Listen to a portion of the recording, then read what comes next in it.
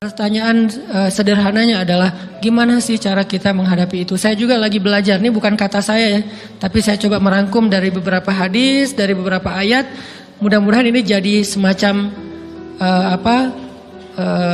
tips dari Allah, dari Rasul, cara kita supaya lebih sabar dalam menghadapi ujian, khususnya ujian perasaan. Pertama, saya mengambil dari hadis riwayat yang diriwayatkan dari Abu Hurairah, hadis Hasan. Nabi SAW mengatakan, "Ma yazalul bala'u bil mu'mini wal mu'minati fi nafsihi wa waladihi wa malihi hatta yalqallaha ta'ala wa ma 'alaihi khati'ah."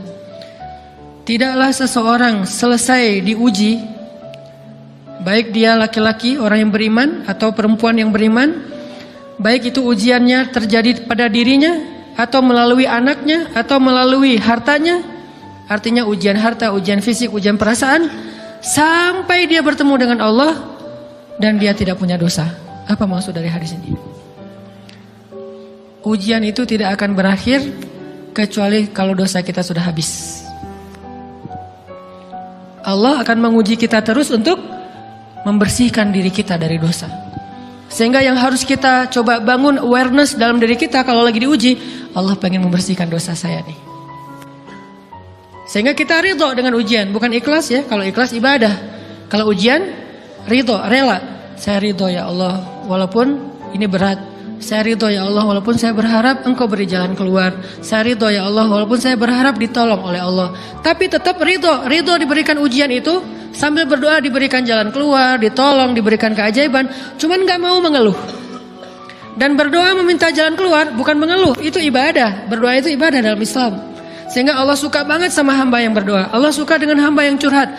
Nabi itu kalau lagi curhat, doanya aja bisa berjam-jam cuma doa doang tuh. Kayak hadis Aisyah pas lagi cemburu malam-malam kan. Aisyah lagi tidur, ini jatah malamnya Aisyah. Tiba-tiba dia nyari-nyari raba-raba, Nabi nggak ada, dicari di kamar mandi nggak ada. Biasanya Nabi sholat di sebelah Aisyah. Wah, curiga nih, jangan-jangan ke rumah si Fulan. Dicari ke rumahnya, ditelepon nggak aktif, mungkin lagi dicas, datang ke rumahnya. Ketuk pintu. Hafsah, Nabi di rumah kamu nggak? Enggak Aisyah, beneran. Cari ke rumah Sofia. Sofia, Nabi di sini nggak? Enggak, beneran. Cari ke rumah Maria. Maria di sini nggak Nabi? Enggak. Kemana ya Nabi? Rumah istri-istri yang lain gak ada. Pas balik ke rumahnya, ngelewat masjid, ngelihat Nabi lagi sujud di Masjid Nabawi, di mihrab. Dan Aisyah mendengar Nabi menangis sambil berdoa. Dan sujudnya itu seperti membaca 1 juz Al-Quran. Dan itu isinya doa nangis. Robbi. Jadi kalau kita katakan gak usah banyak berdoa sama Allah, malu. Justru Allah suka kepada hamba yang berdoa. Justru sebaliknya, kalau kita jarang berdoa atau enggan berdoa, buat Allah itu orang sombong. Allah gak suka hamba kayak gitu. Kamu gak butuh saya, sama kayak kita lagi ada masalah, punya teman yang punya kelebihan harta, terus kita kayak bingung gitu nyari kesana kemari pinjaman, dia gak dikasih tahu. Pas dia tahu dari orang lain, dia ngomong apa? Kamu gak nganggap saya ya? Emangnya saya bukan teman kamu? Kok kamu punya masalah keuangan tapi saya gak dikasih tahu, malah saya tahunya dari orang lain? Tersinggung kan? Kalau teman kita aja tersinggung, apalagi Allah. Kamu punya masalah kok gak ngomong ke saya, wahai hambaku? Bukan berarti Allah gak tahu. Allah tahu, cuman Allah berhak, bukan ingin ya, berhak untuk dilibatkan. Allah berhak untuk dicurhatin. Allah berhak untuk dijadikan tempat kita untuk habis-habisan menangis dan melampiaskan masalah kita kepada Allah dalam bentuk curhat-curhat dan doa.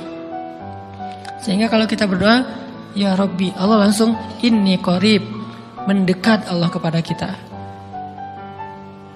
Jadi teman-teman yang dirahmati Allah, kalau kita punya masalah, kita coba bangun awareness, oh Allah pengen membersihkan dosa-dosa saya nih. Terus kita berdoa, ya Allah bantu saya, ya Allah tolonglah saya, istighfar. Saya kadang-kadang ngerasa nih, kalau ada dosa, ada kesalahan, ada kekeliruan yang saya lakukan, misalnya gitu, kalau saya nggak kuat istighfarnya, bentar lagi akan diuji sama Allah. Ujiannya macam-macam, alhamdulillahnya ujiannya masih ketahan. Pasti diuji sama Allah. Kalau istighfarnya nggak kuat, taubatnya tuh nggak kuat, langsung diuji sama Allah. Dan itu saya langsung sadar, oh benar berarti yang tadi ini lagi dihapus sama Allah nih. perkencang lagi, perkuat lagi istighfar. Kenapa? Karena kalau istighfar kita kuat, berarti kan dosa kita dihapus dengan istighfar ya. Otomatis ujian kita durasinya berkurang. Makin kuat istighfar, makin berkurang. Kalau istighfarnya udah mantap, udah selesai, Allah cabut tuh ujian kita. Diganti dengan kebaikan.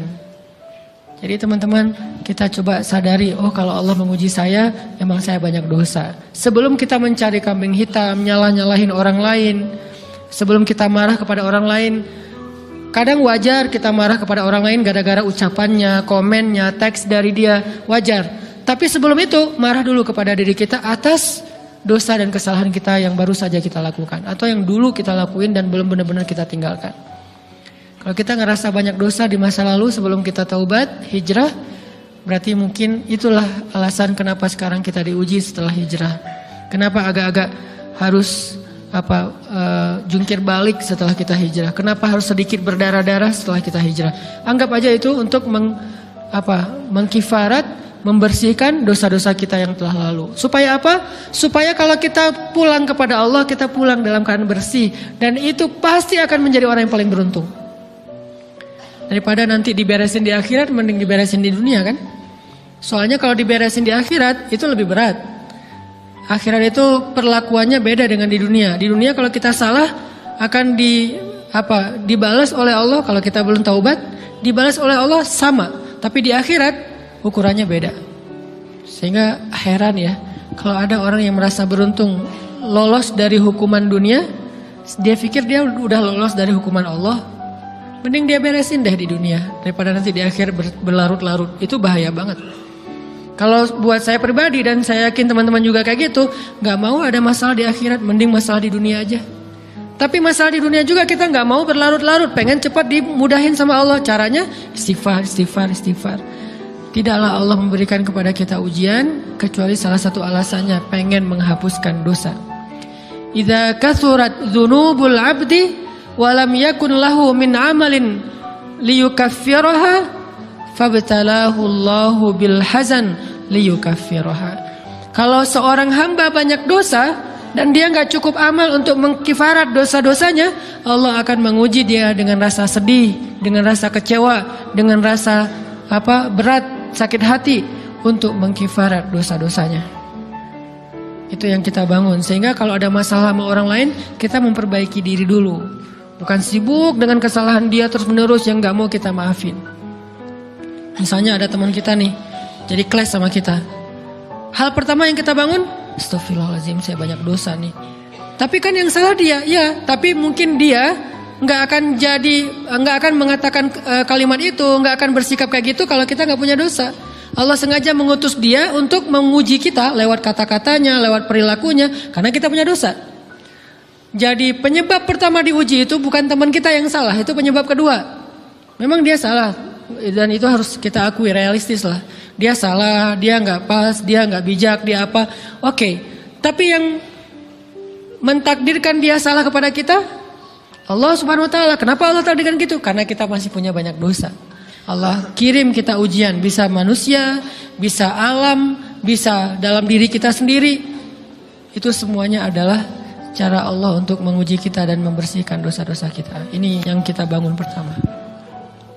Yang kedua, kata Nabi di dalam hadis Bukhari, "May yuridillahu bihi khairan." Yang terkenal kan yufaqihu fiddin, itu yang terkenal. Ternyata ada dua modelnya. Ada may yuridillahu bihi khairan yufaqihu fiddin. Siapa yang Allah pengen kasih dia kebaikan kebaikan, Allah akan buat dia mengerti halal dan haram. Itu berarti Allah sayang sama dia. Ini satu model hadis. Ada model yang kedua, mirip redaksinya. May yuridillahu bihi khairan yusib min. Hadis Bukhari. Siapa yang Allah pengen ngasih dia kebaikan, Allah uji. Hah? Kok gitu caranya?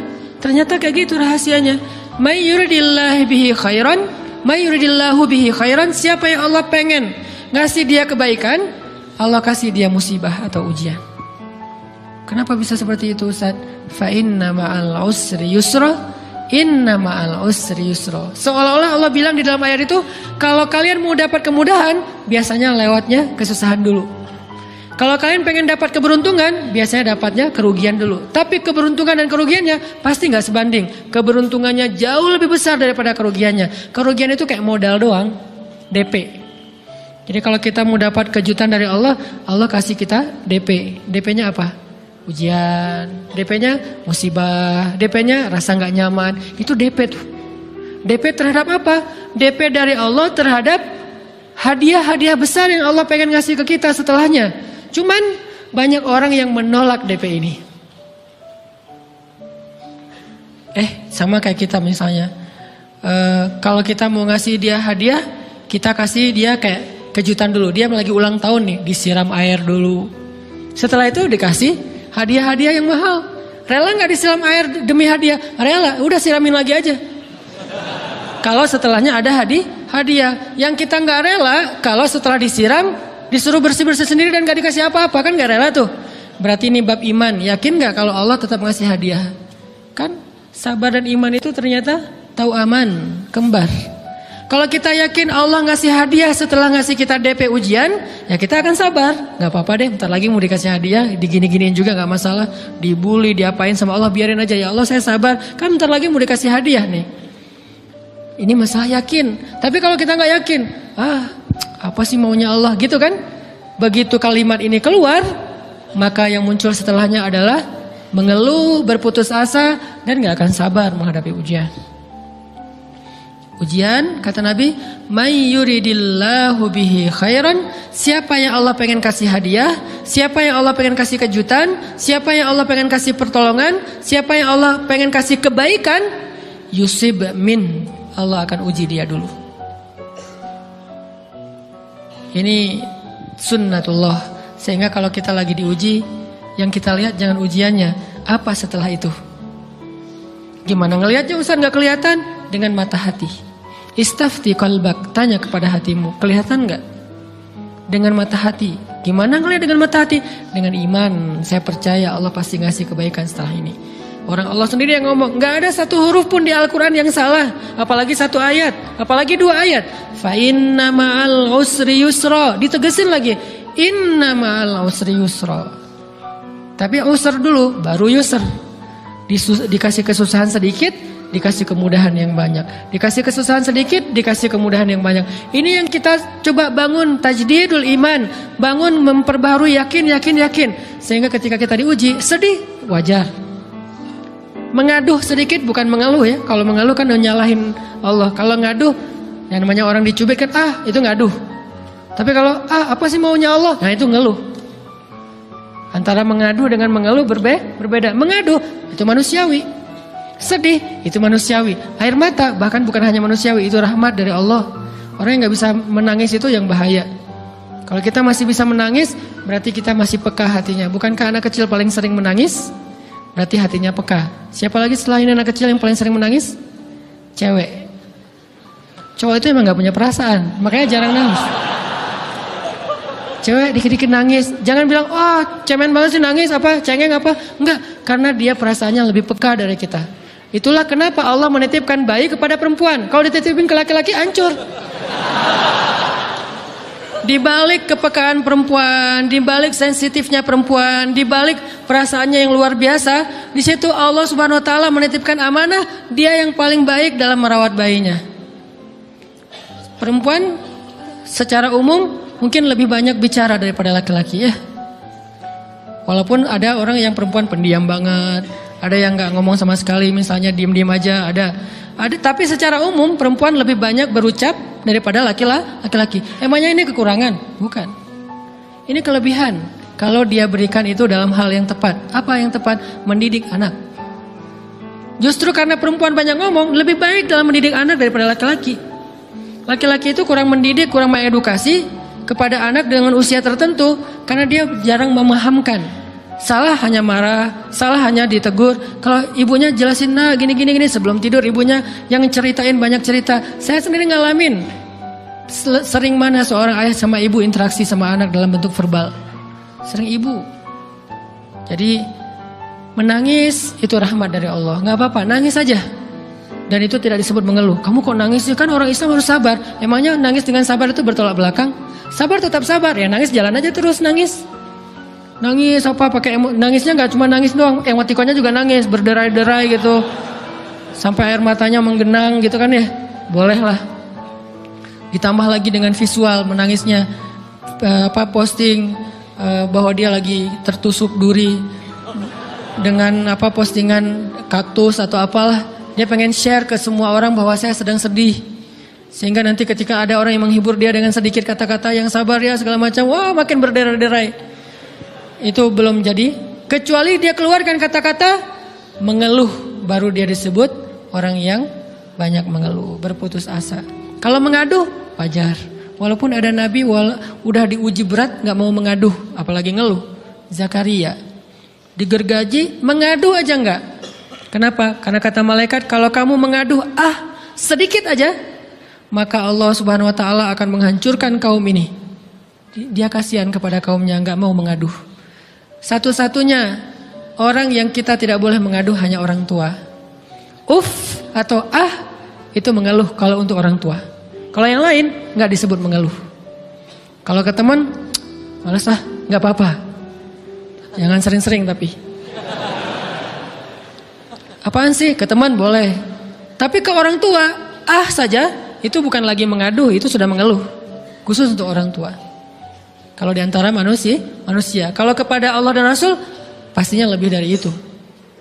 Ketika kita diam saja, tidak langsung beranjak sami'na wa ata'na labbaika ya rabbi wa sa'daik, enggak memenuhi panggilan Allah, itu sudah disebut bagian dari kufur ingkar. Tapi minimal kita mungkin masih mengaduh, kita masih menangis, kita masih lelah, kita masih merasa lemah. Setidaknya kita tidak mengeluh. Kenapa? Kita percaya Allah kalau mau ngasih hadiah kepada hambanya, DP-nya itu ujian. Dan yakinlah hadiahnya minimal 10 kali lipat lebih baik daripada ujian itu. Minimal, karena gak ada amal soleh yang dibalas di bawah 10 kali lipat tuh gak ada. Amal soleh, amal ya bukan niat. Amal yang udah kita kerjakan minimal dibalas 10 kali lipat. Minimal, maksimalnya bighairi hisab, tanpa batas. Bighairi hisab, tanpa batas. Ada yang 700 kali lipat kayak sedekah. Tapi tetap aja ayat sedekah di akhirnya ujung-ujungnya apa? Bighairi hisab juga kan? Berarti sedekah itu minimal dibalas 700 kali lipat. Minimal. Kalau kita yakin. Selalu syaratnya kalau kita yakin. Dan saya ngebuktiin itu banget. Saya pernah ngalamin lagi jalan-jalan di sebuah kota yang ada becak kayuhnya, becak sepeda gitu ya. Jalan terus saya bilang, Pak berapa ongkosnya? 20.000. Udah naik aja 20.000. Karena kita keliling-keliling kota, ternyata saya jadi kasihan sama dia 20.000. Kasihan kan 20.000 dibayar keliling kota, walaupun pas mampir beberapa tempat mungkin dia dapat tips ya. Tapi saya nggak tega gitu, dia cerita tentang anaknya lagi sekolah, apa segala macam, makin bikin baper kan. Pas selesai, saya kasih dia 100.000. Dari 20.000 dikasih 100.000 karena kasihan.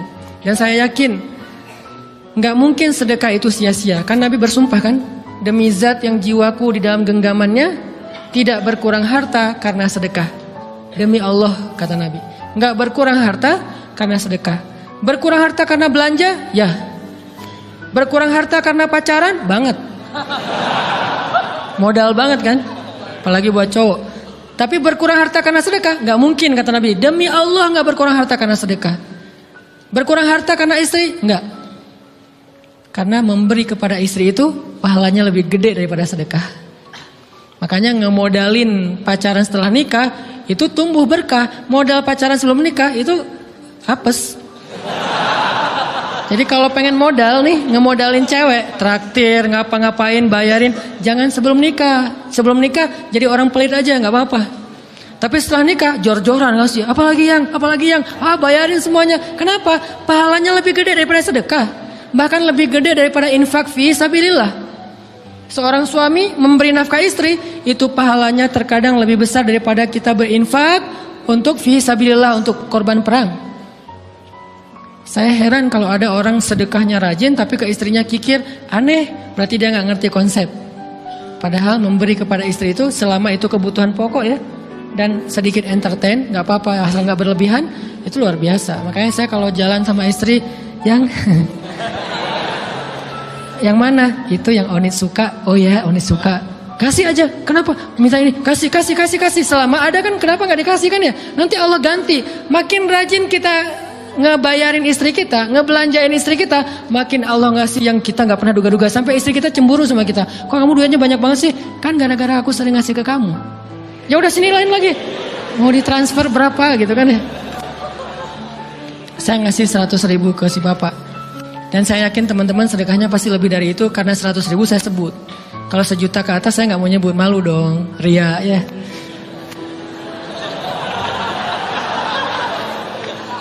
Sebenarnya nggak pernah sih.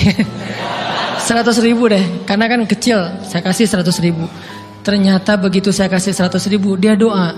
Nah ini nih pentingnya sedekah ke orang yang membutuhkan tapi nggak minta-minta, dia tulus. Dia langsung doa, ya Allah Pak mudah-mudahan rezekinya lancar, berkah, bertambah dan segala macam, bahagia keluarganya. Doa-doa ini semuanya dikabulkan dalam hitungan hari. Pertama, bertambah bahagia rumah tangganya, dapat kecupan dari istri. Dia nganggap suami saya cowok banget sih. Mulai 1 nih.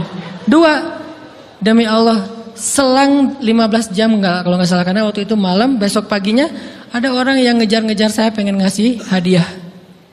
Ustadz saya pengen ketemu Ustadz. Maaf saya nggak bisa ketemu sekarang, lagi rush, lagi tight schedule gitu-gitulah, sok-sok gaya nggak jelas gitu ya. Terus Ustadz saya pengen banget ketemu, dia nggak ngomong pengen ketemu apa. Kalau dia bilang mau ngasih duit kan langsung saya prioritaskan kan ya. Berhubung dia nggak ngomong, ya udahlah, saya sok-sok jual mahal gitu. Tapi yang namanya rezeki kan gimana kita tolak dia datang kan. Saya nolak. Pokoknya sebentar aja 5 menit nggak akan ganggu waktu Ustadz. Ya udah besok pagi ya pas breakfast gitu. Pakai gaya-gaya dikit breakfast. Pas breakfast, oh ya siap Ustadz. Jam berapa? Jam 8. Udah janjian jam 8. Mungkin orangnya nih dengar live streaming, Pak jazakumullah khair jaza. Makasih banyak, mudah-mudahan Allah tambahkan rezekinya.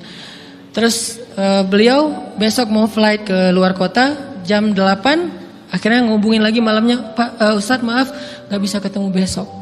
Karena saya jam 8 itu jadwal terbang. Oh ya udah nggak apa-apa. Seneng dong saya nggak jadi ketemu kan. Tahu gitu kan nyesel saya tuh. Seneng. Besok pagi jam 6 Pak Ustadz. Alhamdulillah ternyata penerbangan saya di delay ke jam 11. Allah delay penerbangannya demi ngasih rezeki buat saya. Kan luar biasa kan. Nah, ini hikmah kepedean saya, kegeeran kepada Allah gitu. Di delay demi saya. Kan kadang-kadang GR ya di depan Allah ya. Robbi akroman kan gitu ayatnya. Allah memuliakan saya dengan istighfar tetap. Akhirnya saya bisa ketemu Ustaz. Saya nggak baca WA-nya, terlambat baca, baru baca jam 8. Dia udah mulai agak putus asa, kayaknya udah gak mungkin ketemu nih. Jam 8 pas saya baca, ternyata orangnya nggak di delay. Ya udah saya balas, ya udah sekarang saya tunggu ya jam 9. Maaf cuma sebentar. Nggak apa-apa Ustaz 5 menit. Datang dia. Datang ngasih apa coba? Ngasih duit 200 juta. Demi Allah, cuman berselang beberapa jam saya tolak-tolak. Tahu gitu Pak, datang malam ini aja.